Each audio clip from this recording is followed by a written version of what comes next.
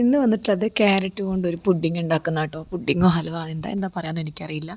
യൂട്യൂബിലും ഇൻസ്റ്റഗ്രാമിലൊക്കെ കണ്ടിട്ട് ചെയ്യാണ്. ഞാനൊരു 3 ക്യാരറ്റ് എടുത്തിട്ടുണ്ടായിരുന്നു. അത് വട്ടത്തിൽ പുഴുങ്ങി എടുത്തിട്ടുണ്ടായിരുന്നു.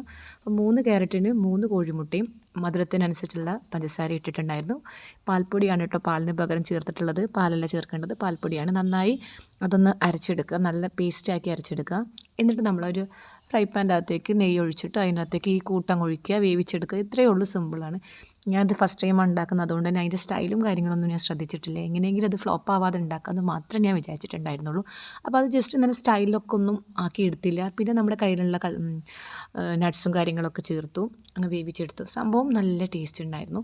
കുറച്ച് 1-2 തവണ ചെയ്യുമ്പം ട്രൈ ചെയ്യുമ്പോൾ നമുക്ക് കുറച്ചുകൂടി നല്ല ഭംഗിയിൽ നമുക്ക് ഉണ്ടാക്കാൻ പറ്റുമായിരിക്കും. കാണുന്നുണ്ടല്ലോ, ഭയങ്കര സോഫ്റ്റായിരുന്നു. ഇന്ന് മോൾക്ക് നോമ്പുണ്ടായതുകൊണ്ട് തന്നെ അവൾക്ക് ഇഷ്ടപ്പെട്ടിട്ട് നമ്മൾ ഉണ്ടാക്കിയത് കേട്ടോ. ബാക്കിയുള്ള കാര്യങ്ങളൊക്കെ സാധാരണ റമദാൻ മാസത്തിൽ നോമ്പ് നോൽക്കുന്നത് പോലെ തന്നെ ഈ സുന്നത്ത് നോമ്പ് നോച്ചിട്ടുണ്ടായിരുന്നു അവൾ.